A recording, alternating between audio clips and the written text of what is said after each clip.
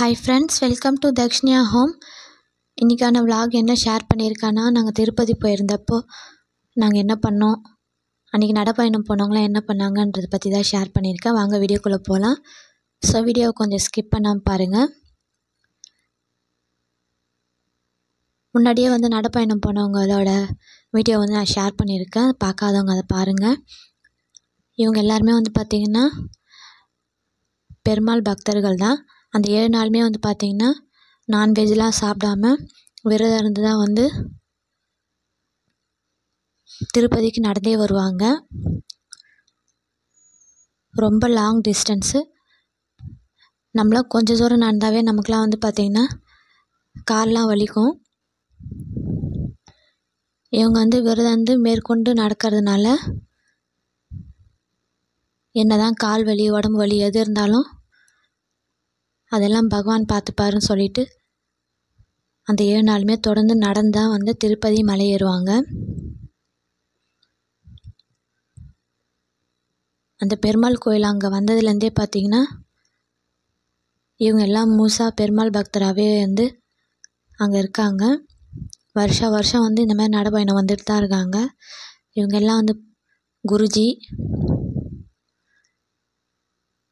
திருப்பதி மலை ஏறதுக்கு முன்னாடி பஜனெல்லாம் பாடி முடிச்சுட்டு அவங்க காலில் ஆசீர்வாதம் வாங்கிப்பாங்க. இந்த மாதிரி பஜனெல்லாம் ஒரு நாளுமே அன்றைக்கி நைட்டு பாடுவாங்க. பஜனெல்லாம் முடிஞ்சதுக்கப்புறம் தான் நைட்டு சாப்பிடுவாங்க. அதுக்கப்புறம் தான் தூங்கவே போவாங்க.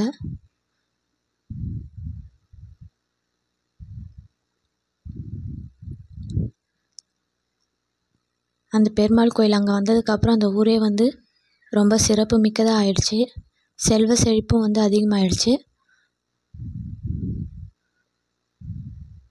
அந்த கோவில் பாண்டுரங்கன் கோவில் தான்.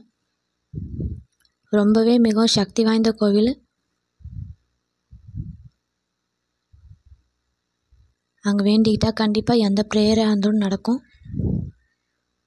அதனால தான் இவங்க எல்லாமே நம்பிக்கையோடு வருஷம் நடந்து வந்துட்டுருக்காங்க.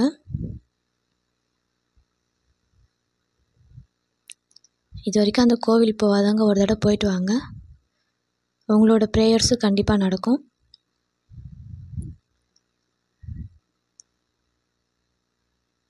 இந்த குருஜி எல்லாமே பார்த்திங்கன்னா முத்திரை குத்தி பெருமாளுக்குன்னே ரொம்ப பக்தியோடு இருக்காங்க. இந்த வண்டியில் தான் அவங்களுக்கு தேவையான அனைத்து பொருளுமே எடுத்துகிட்டு வருவாங்க. சாப்பாடு எல்லாமே அவங்களே ரெடி பண்ணி கொடுத்துருவாங்க.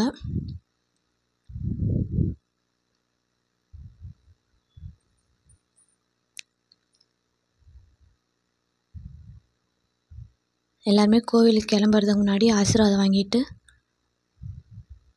ஒருத்தவங்களாம் கிளம்பிடுவாங்க. சில பேர் கீழே இருந்துமே நடந்து போவாங்க.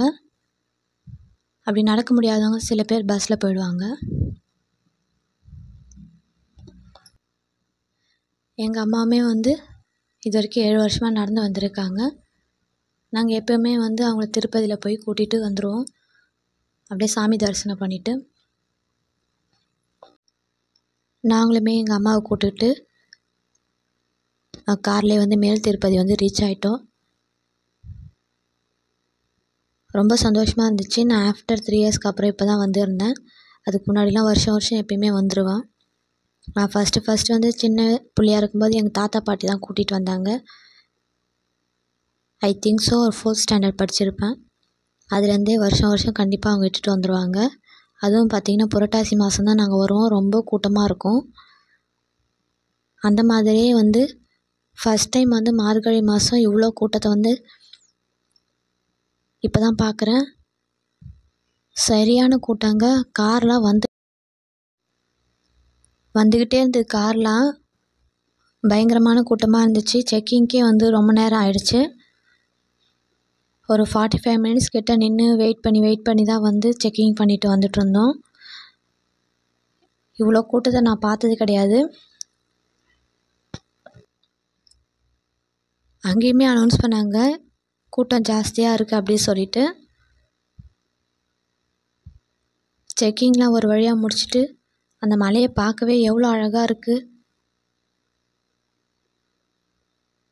திருப்பதி போனாவே ஒரு சந்தோஷம்தான். குடோன்லாம் அடைச்சி க்யூலாம் போயிட்டு சாமியை பார்க்குற வரைக்கும் ஒரு மாதிரி தான் இருக்கும். அதுக்கப்புறம் சாமியை பார்த்ததுக்கப்புறம் எப்படா திரும்பவும் திருப்பதி வருவோன்ற ஃபீலிங் தான் எனக்கு இருக்கும். நான் அப்படி தான் ஃபீல் பண்ணுவேன். இதே மாதிரி தான் நீங்களும் ஃபீல் பண்ணுவீங்களான்னு சொல்லுங்கள். ஒரு 1 hour கழித்து செக்கிங்லாம் முடிச்சுட்டு அதுக்கப்புறமா கிளம்பிட்டோம். உண்மையிலே ரொம்ப கூட்டமாக இருந்துச்சு. நான் இவ்வளோ கூட்டத்தை பார்த்ததில்ல. ஏன்னா புரட்டாசி மாதம் போனதில்லை. அப்போ எப்படி கூட்டம் இருக்கும்னு தெரியாது. மார்கழி மாதம் தான் எப்பயுமே போகிறது. மார்கழி மாதம் இவ்வளோ கூட்டம் இது வரைக்கும் எந்த வருஷமும் பார்த்ததில்ல.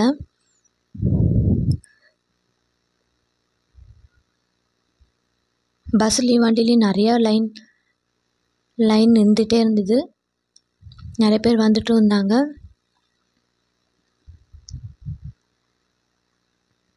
திருப்பதி மலை ஏறும்போது அந்த இயற்கையான காற்றை சுவாசித்து ட்ராவல் பண்ணுறதே ஒரு சந்தோஷமான விஷயம்.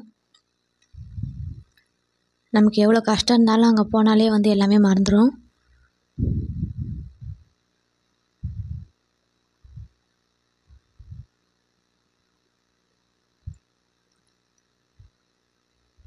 ஒரு வழியாக செக்கிங்லாம் முடிச்சுட்டு மேல் திருப்பதி ரீச் ஆகிட்டோம். பெருமாளை பார்த்ததுமே ரொம்ப சந்தோஷம். இந்த ஆர்ச்சை பார்த்ததுமே எப்பயும் ரொம்ப சந்தோஷமாக இருக்கும். ரொம்ப தூரத்துக்கு நிறைய பேர் இருந்தாங்க. திருப்பதி போயிட்டு நல்லபடியாக ரிட்டர்ன் வந்துட்டோம். இந்த vlog பிடிச்சிருந்தா லைக் பண்ணுங்கள், ஷேர் பண்ணுங்கள். இது வரைக்கும் சப்ஸ்கிரைப் பண்ணாமல் பார்க்குறவங்க சப்ஸ்கிரைப் பண்ணிடுங்க. தேங்க்ஸ் ஃபார் வாட்சிங் ஃப்ரெண்ட்ஸ்.